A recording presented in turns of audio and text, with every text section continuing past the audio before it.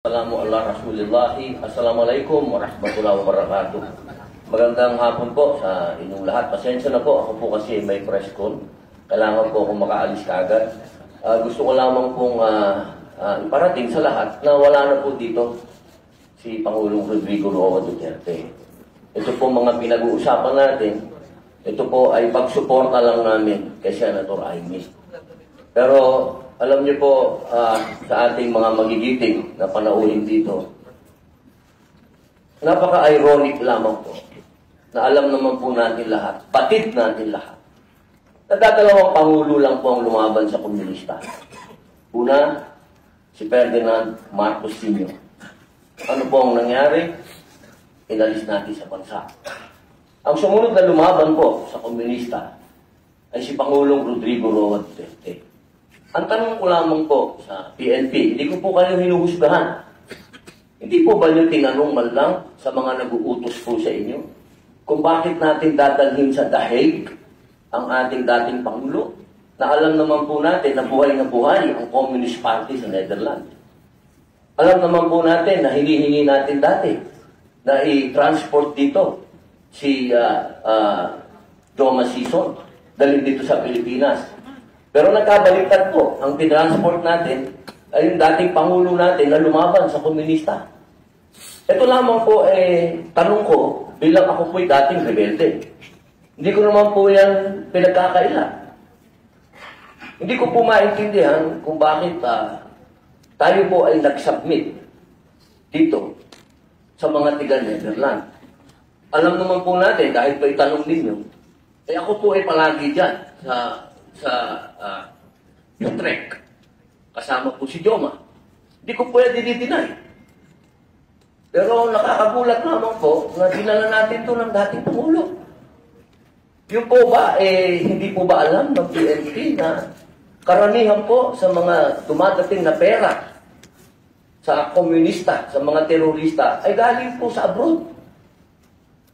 Yan po yung mga tanong na kailangan ko po sanang itanong sa inyo at marinig ang mga sagot ninyo, pero naubos na po ang oras natin sa paikot-ikot.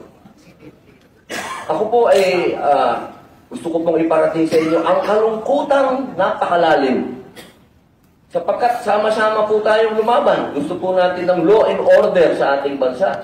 Pero pagdating po sa kaduluduluhan, alam niyo po, General Torre, congratulations, sa kadalawang medalya na po kayo.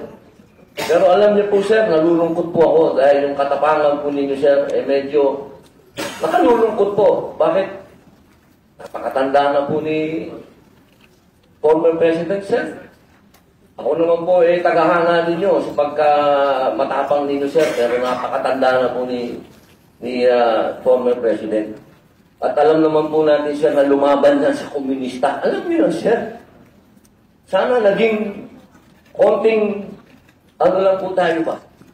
Binigyan naman natin ng konting kung paano natin tinitingnan yung mga medalya nyo. Hindi lang nalagyan ng medalya si Presidente, pero kung sa medalya ang pag-uusapan, tinulungan na tayo laban sa mga terorista. Yun lamang po, sir. Sana napakasakit isipin. Ito pong bagay na ito, parang pati itong ambassador natin. Ano po ba talaga ang, ito po ba talagang operation para may aalis dito ang ating dating Pangulo?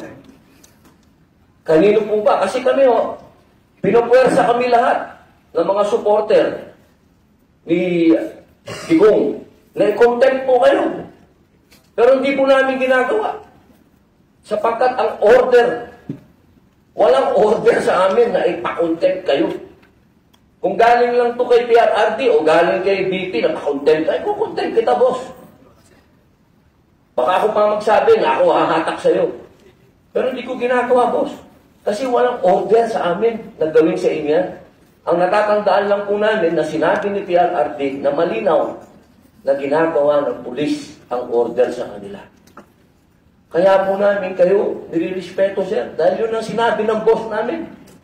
Yun ang sinabi ng chairman ng PDP na ginagawa lang ng pulis ang trabaho nila. Pero sana naman, sir, isipin